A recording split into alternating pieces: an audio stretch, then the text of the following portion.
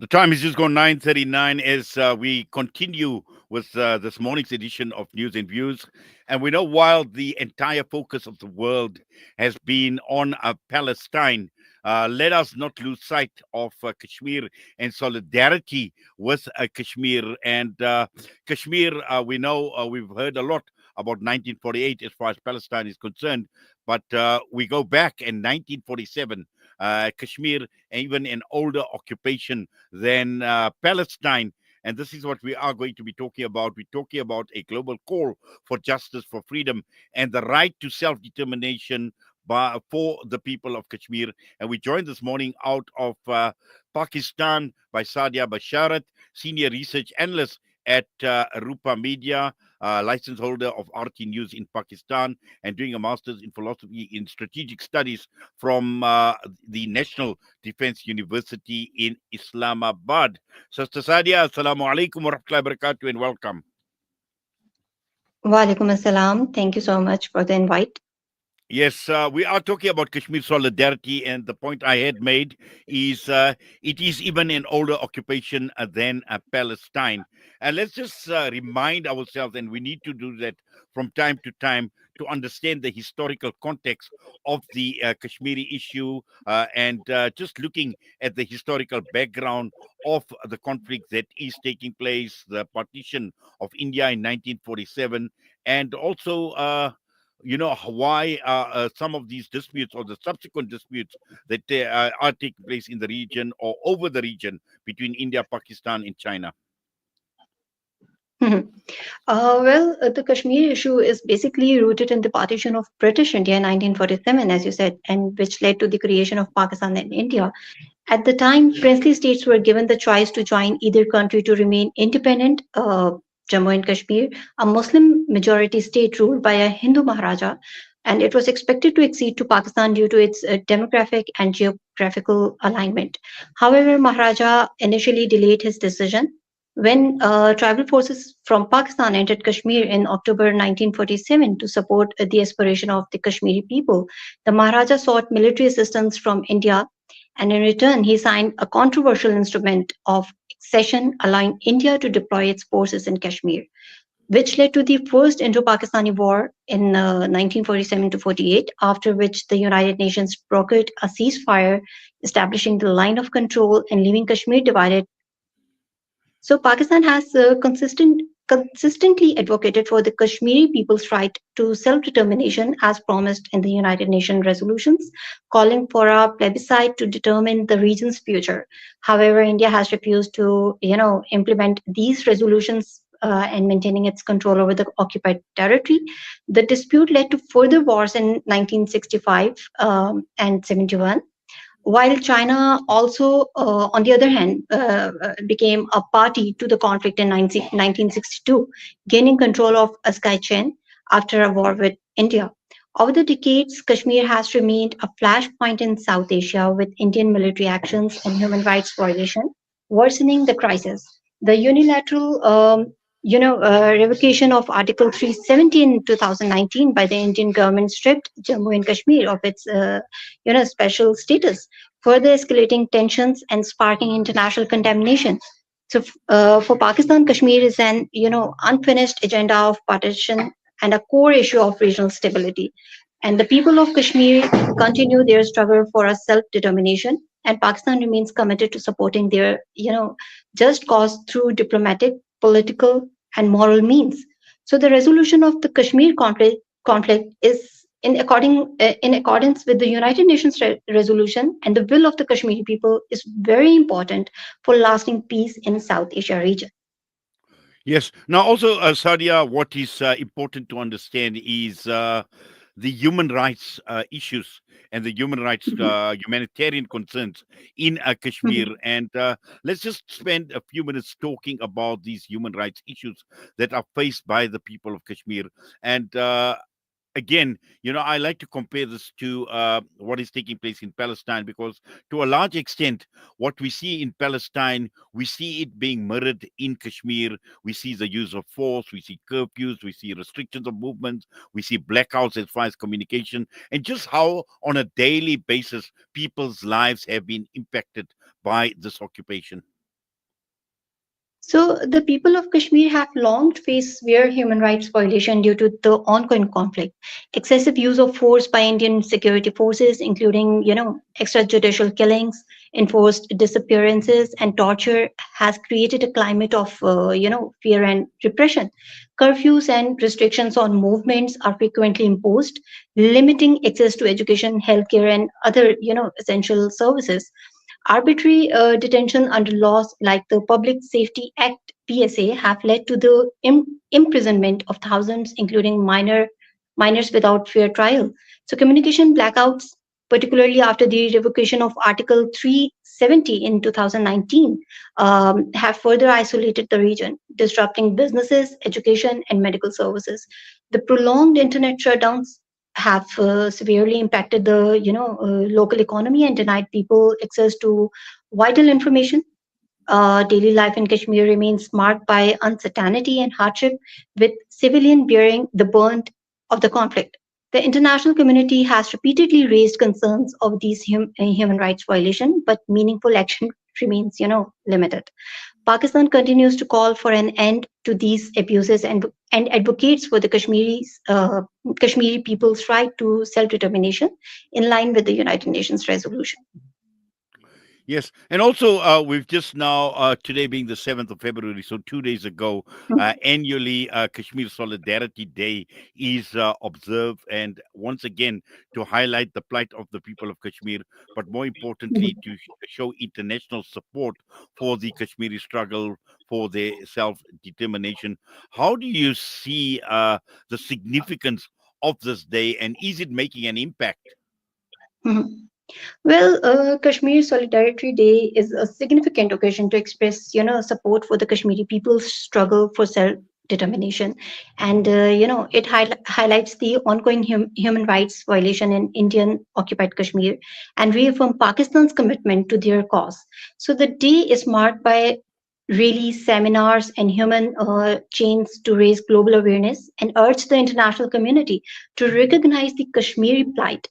It serves as a reminder of the unresolved Kashmir dispute and the need for a peaceful resolution, according to the United Nations resolution. Yes. Now, you spoke about the Pakistan's role in Kashmir, and we know what Pakistan position is, and obviously promoting the solidarity and expressing solidarity with Kashmir. Let's just take a look at the Indian perspective, their policies on Kashmir, Sadia. Well, India's position on Kashmir has been centered on its claim that Jammu and Kashmir is an integral part of the country, right? So, however, this stance disregard the historical context of the dispute and the Kashmiri people's right to self-determination as recognized by United Nations resolutions. So, the revocation of Article 370, I repeatedly said that in August 2019 was a unilateral move by the Indian government that stripped the region of its special status, undermining its limited autonomy and merging it fully into the Indian Union. So, this decision was imposed without the consent of the Kashmiri people, leading to widespread protests, mass detentions, and severe restrictions, including prolonged curfews and communication blackouts, as I said earlier. So, the abrogation of Article 370 has further destabilized the region, intensifying resistance among Kashmiri while drawing international condemnation over human rights abuses. So, it has also altered the political landscape, allowing demographic changes through a new residency law that threatened Kashmiri's Muslim majority identity. For Pakistan, this move is a clear violation of international law and bilateral agreements, reinforcing the urgency of resolving the Kashmir dispute through dialogue and in accordance with the wishes of the Kashmiri people. Yes, Sadia, we're going to just put you on hold. I need to go for a quick ad break. I'll put you on hold. We'll be back in a few minutes. Sure.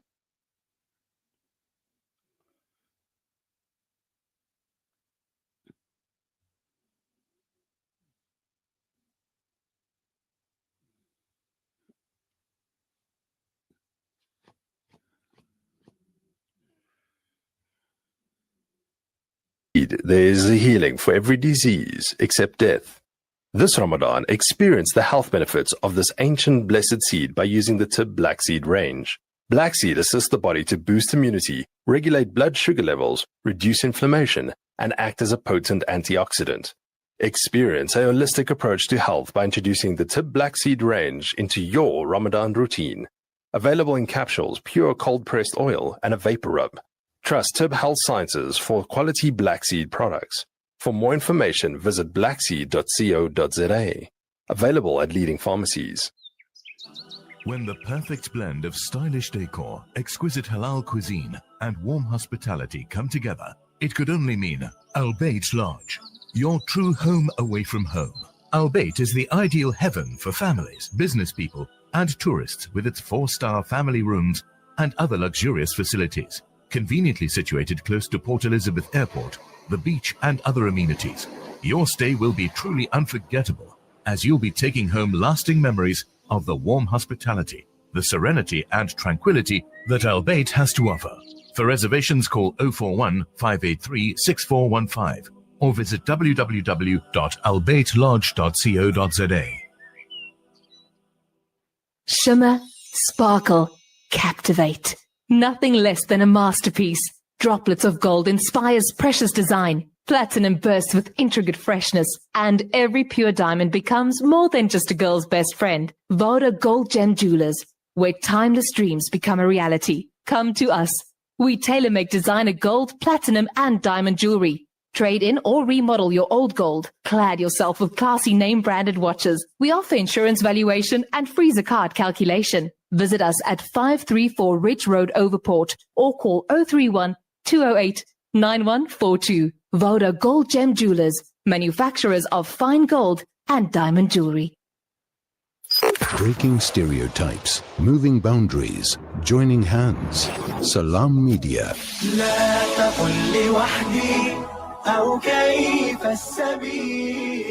Humanity sets the agenda. Well, the time is just gone 8 minutes to 10 as we continue our discussion this morning, focusing on Kashmir and solidarity with Kashmir, with senior research analyst out of Islamabad in Pakistan. We're talking with Sadia Basharat. Sadia, just to continue, and I want to spend a few minutes just focusing on the international involvement and the responsibility on the part of the international community as far as Kashmir is concerned. Would you please come again, Anayat? Yes, Your voice is... Mhm. I'm saying I want to just focus a bit on the international involvement and the responsibility of the Mhm. part of the international community, and this includes even the United Nations in resolving the Kashmir dilemma. Okay, so well, international community, particularly the United Nations, has long recognized the Kashmir dispute, passing resolution that call for a plebiscite to determine the region's future.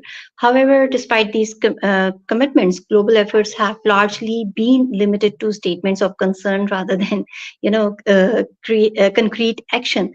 So, while organizations like the OIC and human rights groups have condemned Indian atrocity uh, in Kashmir, major powers have, prioritized strategic interest over justice for the Kashmiri people. There is an urgent need for greater international awareness and involvement to ensure that Kashmiris' voices are heard. So the global community must hold India accountable for human rights violation and push for a peaceful resolution in line with United Nations resolution. So strong diplomatic pressures, independent investigations, and media coverage are very important to exposing the reality of this situation. Pakistan, again, I will say that continue to call for global intervention, emphasizing that lasting peace in South Asia depends on a just settlement of the Kashmir issue. Well, certainly, and just finally, let's just talk about is there hope? Is there hope for peace? Are future solutions on the cards? Well, what I believe that Kashmir conflict remains one of the longest standing dispute in modern history, but a just and peaceful resolution is possible through dialogue and international commitment. Lasting peace in South Asia can only be achieved by, respecting the rights and aspiration of the Kashmiri people. And the international community must play a responsible role in ensuring justice, while Pakistan remains steadfast in its moral, political, and diplomatic support for Kashmiris. A future where the people of Kashmir can live with dignity, freedom, and security is not just a hope, but a necessity for regional stability. Peaceful resolution through dialogue. And the will of Kashmiri people remains the only path forward. Well, Jazakallah khairan so much for that. And just so that you know, Sadia, Kashmir is obviously very, very close to us, to our heart as well, and particularly for us here at Salam Media, humanitarian journalism, and it is about humanity. And at this point in time, we will do whatever, and from time to time, obviously, we will provide coverage on Kashmir and the situation as far as Kashmir is concerned, but more importantly, to push for what you're saying, that a lot more international involvement, and to continue highlighting the plight of the people of Kashmir and their right to self-determination. But for now, we thank you. We say Jazakallah for your time. All the best to you. Assalamu alaikum wa rahmatullahi wa barakatuh. Thank you so much. Thank you. Assalamu alaikum.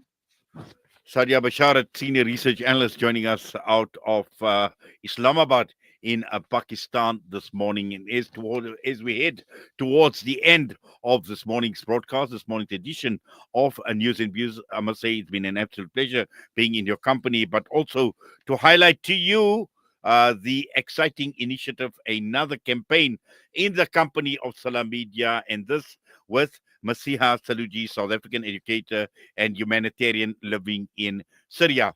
Now, this is a quite an interesting campaign because it is an education in itself, but also understanding what has happened and what is taking place in Syria, to appreciate what is taking place in Bilad al-Sham, the reflections of the people, and also in terms of what sort of role a Messiah is playing, but also a role that we can play. Now, this tour obviously is starting on the 10th of February, so it's starting off on Monday from the 10th to the 22nd of February, and she's going to be across many towns around the country, including the likes of where we are in Johannesburg, where she is going to be on the 12th of February, out here in Omonde, at the Lakeview. Lakewood, sorry, the Lakewood Conference Center, and also there are a number of other tours starting off in Bella Bella, going off to Polokwane and to many other towns. But you just need to keep an eye out. Follow us on our various platforms, our social media platforms, for details on the tour. I know there is a public program for ladies only as well, which is a powerful audio-visual presentation on Syria at the Shwane Muslim School, and that is on Thursday, on the 13th of February as well. And starting off in her hometown in Bella Bella on Monday, and from there proceeding on Tuesday to Polokwane. So keep an eye out on Salam Media with Masiha Saluji, and also it's all about keeping ourselves informed, but also we need to rebuild Syria. We need to rebuild the educational structures as well. All of this in the company of Salam Media. So this is a campaign that we are running just before the glorious month of Ramadan. And Alhamdulillah, over the period of time, we have engaged with so many people across South Africa on the various campaigns, and one more before the month of Ramadan, the one with Masiha Saluji, with the focus on Syria. And it's all about the spotlight in Syria. It's about inspiring minds. It is about transforming lives. And with that, I'm going to be leaving you. From myself and the team here at Salam Media, have yourself a wonderful Jummah, inshallah. And until we meet again, Assalamu alaikum wa rahmatullahi wa barakatuh.